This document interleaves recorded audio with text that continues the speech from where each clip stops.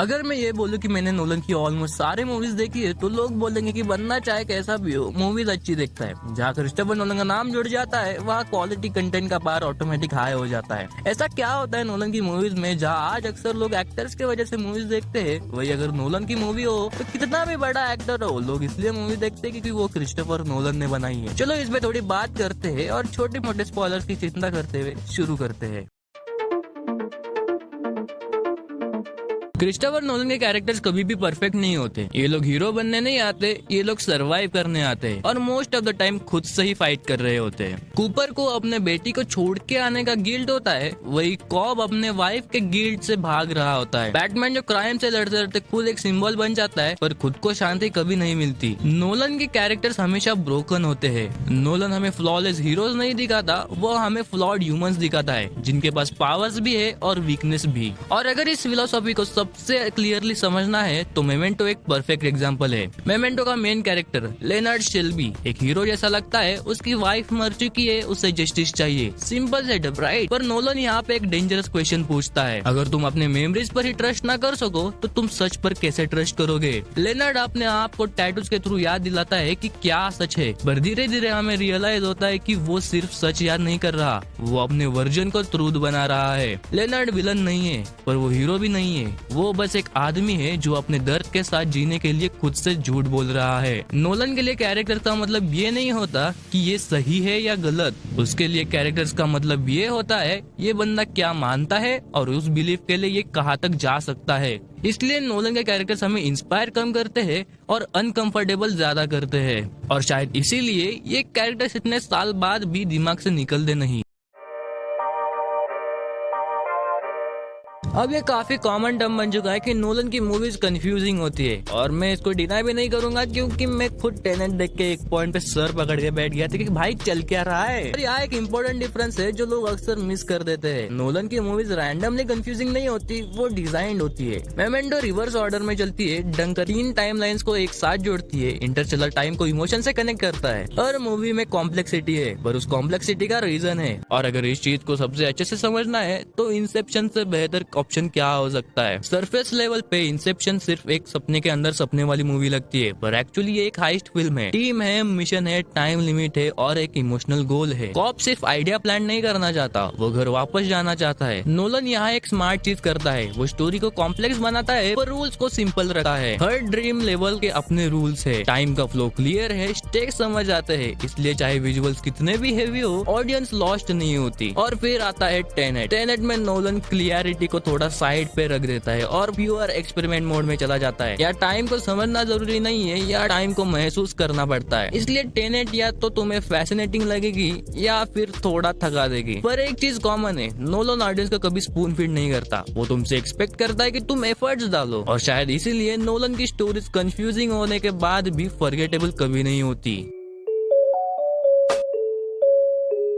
Nolan के characters अक्सर hero जैसे लगते हैं पर उनके डिसीजंस कभी हीरो जैसे नहीं होते। कॉब अपने बच्चों के लिए अपने टीम के जान को खतरे में डाल देता है। कूपर ह्यूमैनिटी के फ्यूचर के लिए परिवार को छोड़ देता है। ओपनहाइमर दुनिया को बदलने वाली चीज बनाता है पर खुद के हाथ का खून कभी धुला नहीं पाता। नोलन के कैरेक्टर्स का एक कॉमन ट्रेड होता है, ये लोग अपने गोल के लिए मॉरली कंफर्टेबल नहीं होते और कभी कभी वो सेल्फिश भी होते हैं। इस आइडिया को नोलन ने सबसे ब्रूटली एक्सप्लोर किया है एक मूवी में, द प्रेस्टीज। सरफेस पे देखो तो ये 2 मैजिशियंस की राइवलरी की स्टोरी है पर अंदर से देखो तो एक वार्निंग है ऑब्सेशन के बारे में। एल्फ्रेड और रॉबर्ट दोनों ही जीनियस होते हैं, दोनों ही टैलेंट रखते हैं पर दोनों का प्रॉब्लम एक ही है, दोनों को जीतना है किसी भी कॉस्ट पे। यहाँ नोलन एक सवाल पूछता है, अगर सक्सेस के लिए तुम्हें अपनी इंसानियत छोड़नी पड़े तो क्या वो सक्सेस वर्थ इट है। एल्फ्रेड अपनी पूरी लाइफ को एक झूठ बना देता है, रॉबर्ट अपनी पूरी लाइफ को एक सैक्रिफाइस बना देता है और आयरन ये है कि दोनों ही जीत जाते हैं पर कोई खुश नहीं होता। नोलन यहाँ किसी को विलन नहीं बनाता, वो सिर्फ ये दिखाता है कि ऑब्सेशन जब कंट्रोल से बाहर चला जाए तो जीनियस भी मॉन्स्टर बन सकते हैं। नोलन के कैरेक्टर्स ब्लैक या व्हाइट नहीं होते, वो डार्क ग्रे होते हैं। इसलिए नोलन की मूवीज देख के तुम कभी ये नहीं बोल सकते कि ये बंदा सही था, तुम सिर्फ इतना बोल सकते हो कि मैं शायद ये चॉइस नहीं लेता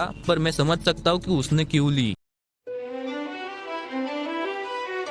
जब नोलन का नाम आता है तो लोग साईफाई सोचते हैं और नोलन का एक साइड है जिसके बारे में कम बात होती है, ड्रामा। डार्क नाइट में एक कन्वर्सेशन से स्टेक्स बढ़ जाते हैं। इंटरस्टेलर में फैमिली ड्रामा स्पेस से ज्यादा हैवी होता है। द प्रेस्टीज में साइलेंस भी बोलता है। और फिर नोलन ने बना दी ओपनहाइमर, एक biopic, no aliens, no time travel, no dream layers, फिर भी 3 घंटे तक स्क्रीन से नजर नहीं हटती, क्योंकि ओपनहाइमर स्पेक्टिकल से नहीं बनी, वो स्क्रीन प्रेजेंस से चलती है। नोलन यहाँ एक्शन से टेंशन नहीं बनाता, वो टेंशन बनाता है कन्वर्सेशन से, क्लोजअप से और साइलेंस से। कोर्टरूम सीन्स हो या पॉलिटिकल हियरिंग, हर सीन एक टिकिंग बॉम्ब जैसा फील होता है। और सबसे इंटरेस्टिंग बात यह है, ओपनहाइमर बायोपिक लगती ही नहीं, क्योंकि नोलन फैक्ट्स को डॉक्यूमेंट्री जैसे नहीं दिखाता, वो उन्हें एक्सपीरियंस बनाता है। ओपनहाइमर सिर्फ एक साइंटिस्ट नहीं है, वो एक कॉन्ट्राडिक्शन है। एक आदमी हिस्ट्री बदल लेता है पर अपनी ही एक्शंस का बोझ नहीं उठा पाता। नोलन यहाँ हीरो वर्शिप नहीं करता, वो डिस्टेंस बनाता है। तुम एडमायर भी करते हो और अनकंफर्टेबल भी होते हो, और यही नोलन का कंट्रोल है। जब कोई डायरेक्टर बिना एक्सप्लोजन्स के तुम्हें सीट पे बांध के रख सके तो समझ जाओ वो सिर्फ एक साई-फाई फिल्म मेकर नहीं है। नोलन अपने कैरेक्टर्स को सिर्फ कॉम्प्लेक्स नहीं बनाता, वो उन्हें कॉम्प्लेक्स सिचुएशन में फेंक देता है। सिचुएशन जहाँ कोई भी डिसीजन क्लीन नहीं होता। डंकर्क में सोल्जर के पास हीरो बनने का ऑप्शन ही नहीं है, बस सरवाइव करने का है, और सर्वाइवल भी गारंटीड नहीं है। पर ये आइडिया नोलन ने सबसे स्ट्रांगली एक्सप्लोर किया था द डार्क नाइट ट्रिलॉजी में। बैटमैन यहाँ सिर्फ क्राइम से नहीं लड़ रहा, वो चॉइस से लड़ रहा है। बैटमैन बिगिंस में ब्रूस वेन एक सिंपल बिलीव के साथ शुरू करता है, फियर को वेपन बना के क्राइम को खत्म किया जा सकता है। पर जैसे जैसे ट्रिलॉजी आगे बढ़ती है, हर मूवी उस बिलीव को तोड़ती चली जाती है। द डार्क नाइट में जोकर एक विलन नहीं है, वो एक सिचुएशन है। जोकर बैटमैन को लड़ने नहीं देता, वो बैटमैन को चूज करने पर मजबूर करता है। 2 बोट्स, 2 डेटोनेटर्स, कोई ऑप्शन सही नहीं है। नोलन यहाँ ये नहीं पूछता कि बैटमैन जीतेगा या हारेगा, वो पूछता है बैटमैन अपने रूल्स तोड़ सकता है या नहीं। और जब बैटमैन हार्वी डेंट का ब्लेम अपने ऊपर लेता है, वो गौतम को बचाता है, पर खुद को गिरा के। हीरो बनना कभी कभी विलन बनने जैसा लगता है। द डार्क नाइट राइजेस में स्टेक्स और भी पर्सनल हो जाते हैं। बैटमैन फिजिकली भी टूट चुका है और मेंटली भी। यह फाइट सिर्फ गौतम के लिए नहीं है, यह फाइट है क्या सिंबल आदमी से ज्यादा बड़ा हो सकता है। नोलन इस ट्रिलॉजी के थ्रू ये प्रूव करता है कि सुपर हीरो सिनेमा सिर्फ पावर फैंटेसी नहीं होती, ये मोरल प्रेशर कुकर होता है। और जब कैरेक्टर्स हर सीन में कुछ ना कुछ खोते हैं, वही नोलन का सिनेमा सबसे ज्यादा पावरफुल हो जाता है। नोलन इमोशंस को डिफरेंट तरीके से ट्रीट करता है। बैटमैन अपना दर्द एक्शन में छिपा लेता है, ओपनहाइमर अपने गिल्ट को शब्दों में दबाने की कोशिश करता है। और फिर आती है इंटरस्टेलर। इंटरस्टेलर नोलन की सबसे इमोशनल फिल्म है, पर ये इमोशंस लाउड नहीं है, ये इमोशन टाइम के साथ स्लो बर्न करता है। कूपर कोई परफेक्ट फादर नहीं है, वो सेल्फिश भी है, एक्सप्लोरर भी है, और सबसे बड़ी बात, वो अपनी बेटी को छोड़ के चला जाता है। यहाँ नोलन एक सिंपल पर ब्रूटल आइडिया रखता है। टाइम सिर्फ साइंस का कंसेप्ट नहीं है, टाइम एक इमोशनल पनिशमेंट भी है। जब कूपर स्पेस में मिनट जी रहा होता है, मर्फ अर्थ पे साल काट रही होती है। और ये डिस्टेंस सिर्फ स्पेस का नहीं है, ये रिग्रेट का है। नोलन यहाँ इमोशंस को टीयर्स से नहीं दिखाता, वो इमोशंस को लॉस से दिखाता है। हर मिस बर्थडे, हर अनआंसर्ड मैसेज, हर वो मोमेंट जो वापस नहीं आ सकता। Love is the one thing we're capable of perceiving that transcends dimensions of time and space. ये लाइन चीजी हो सकती थी, पर कॉन्टेक्स्ट के साथ ये लाइन हिट करती है, क्योंकि नोलन ये नहीं कह रहा कि प्यार लॉजिक से बड़ा है, वो ये कह रहा है प्यार वो चीज है जो टाइम के अगेंस्ट भी सरवाइव कर जाती है। इंटरस्टेलर का क्लाइमेक्स इसलिए याद रहता है क्योंकि वो दुनिया बचाने का मूवमेंट नहीं है, वो एक पिता का अपनी बेटी से मिलना है। और शायद यही नोलन का सबसे मिसअंडरस्टूड पार्ट है। वो इमोशंस को गाइड नहीं करता, वो इमोशंस अर्न करता है। इसलिए जब नोलन हिट करता है, वो सीधा दिल पे लगता है।